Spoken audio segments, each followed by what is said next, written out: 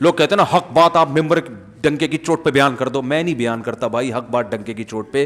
میں پہلے دیکھتا ہوں کہ لوگوں میں اس حق کو برداشت کرنے کا تحمل ہے, ایک بات, بلکہ اس سے پہلے دیکھتا ہوں کہ میں خود بھی اس حق کو برداشت کر سکتا ہوں کہ نہیں کر سکتا.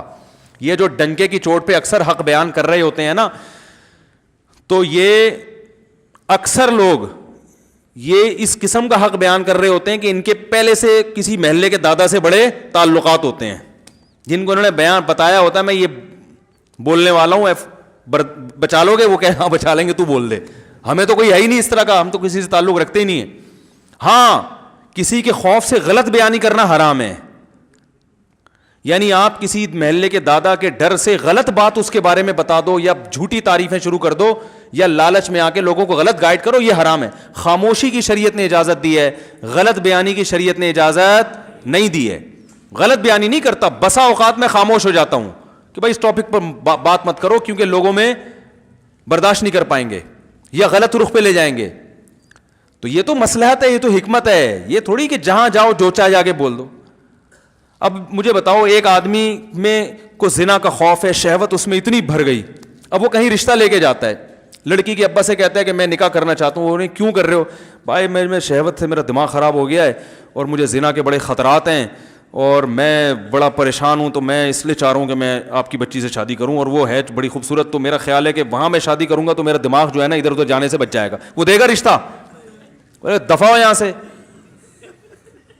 بات تو حق ہے اور شریعت میں جائز بھی ہے, لیکن یہ حق بیانی ہے آپ بھی نہیں افورڈ کر سکتے, کوئی بھی نہیں افورڈ کر سکتا. بھائی یہ بات آپ کے دل میں ہے, اس کو رکھو, کچھ اور بات کرو اس کے سامنے. وہی نکاح سنت ہے, نبی صلی اللہ علیہ وسلم کی ترغیب ہے, اس لیے کرنا چاہ رہا ہوں. اس طرح کی باتیں آپ کرو گے تو یہ منافقت نہیں کہلائے گی, یہ مصلحت کہلائے گی. ہر بات ہر جگہ کہنے کی نہیں ہوتی. ایک صاحب نے ایک شادی کی تو مجھے بتایا کہ میں نے نکاح کا پیغام بھیجا اور ان کو میں نے پہلے بتا دیا کہ میں 4 کروں گا. تو میں نے کہا واقعی آپ کریں گے؟ کہہ رہے میرا ارادہ تو نہیں ہے لیکن میں نے احتیاطاً بتا دیا. نہیں 4 نہیں, سوری 2 کروں گا. میں تو 4 کی ایک دم دماغ ادھر چلا جاتا ہے ہمارا. اس نے کہا کہ میں نے ان کو پہلے بتا دیا میں ہو سکتا ہے دوسری بھی کروں. تو میں نے کہا آپ نے ان کو, آپ کا واقعی ارادہ ہے؟ اگر ارادہ ہو پھر تو چلو ٹھیک ہے. کہہ رہے نہیں میرا ارادہ تو نہیں ہے لیکن میں نے احتیاطاً بتا دیا. میں نے کہا کیوں؟ کہہ رہے بھائی ہو سکتا ہے میری بیوی وہ جو ہے ایسی نکلے کہ بد اخلاق ہو اور مجھے ضرورت پڑ جائے دوسری شادی کی. بھائی عورتیں بد اخلاق بھی نکلتی ہیں, کچھ ایسی ہوتی ہیں جو بانجھ ہوتی ہیں, اولاد نہیں ہو سکتا ہے شادی کے بعد پتہ چلے بانجھ ہے. میں نے کہا بہت اچھا کیا آپ نے, بڑی زبردست کلیریفیکیشن کر دیا آپ نے. میں نے کہا لڑکی کے ابا کو میں کہوں گا کہ آپ کو بھی بتا دیں کہ ہو سکتا ہے ہم آپ سے طلاق لے لیں.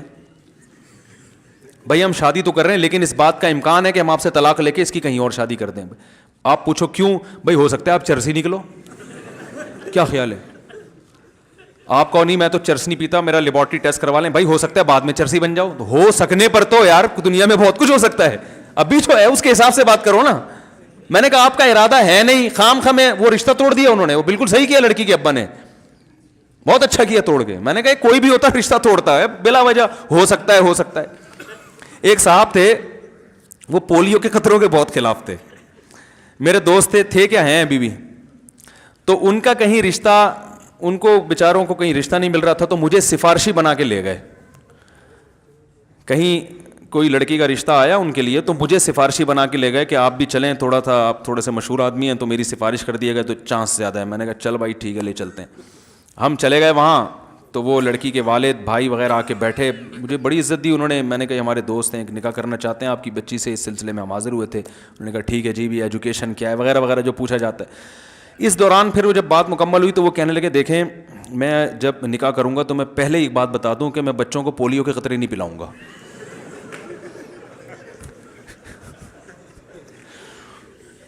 ابے میں سر پکڑ کے بیٹھ گیا یوں کر کے. اب میں اس کو یوں اشارہ بھی نہیں کر رہا کہ میں یوں کروں گا تو وہ بولیں گے یہ آپس میں ان کا پہلے سے کوئی پری پلان ہے کہ میں یوں بولوں گا تو یوں بولنا. اب میں دیکھ نہیں رہا اس کی طرف. وہ کہہ رہے کیونکہ میں یہ پولیو نہیں, میں اللہ پہ توکل کرتا ہوں, یہ یہودیوں کی سازش ہے اور یہ فلانا ہے اور یہ ویکسینیشن اور یہ. ابے تو شادی تو ہونے دے, بچے تو ہونے دے اللہ کے بعد. انہوں نے ہاں ابھی کی نہیں ہے تو میں نے پھر وہ انکار ہو گیا اور ہونا تھا انکار. میں نے پھر اس کو بول لتاڑا یار تم نے کیا. کہہ رہے بھائی ہم تو پہلے سے تاکہ بعد میں جھگڑا نہ ہو. یہ وہ لوگ ہیں جو ڈنکے کی چوٹ پہ حق بیان کرتے ہیں. ڈنکے کی چوٹ. اب بھائی تم نے نہیں پلانے تھے اللہ کے بندے, تو وہ پولیو سے اتنا وہ نہیں ہوئے پریشان, وہ اس سوچ سے ہو گیا کہ یار یہ فنڈامنٹلسٹ کی انتہا ہے. یہ تو بہت بڑا فنڈامنٹلسٹ ہے, تو اتنا بنیاد پرست ہے. ہو سکتا ہے وہ لڑکی کے ابا بھی پولیو کے قائل نہ ہوں, لیکن اتنا پولیو لیس. تو ہر چیز ہر بیان کرنے کی نہیں ہوتی. بہت ساری چیزیں ٹھیک آپ کی رائے میں ٹھیک ہوتی ہیں, اور یہ تھوڑی کہ وہ تھی, یہ بات بھی انہی کی رائے میں ٹھیک تھی نا, ہر آدمی اس سے متفق تھوڑی ہے. Thanks for watching. Don't forget to like, comment, share and subscribe to Mufti Tariq Masood Speeches channel.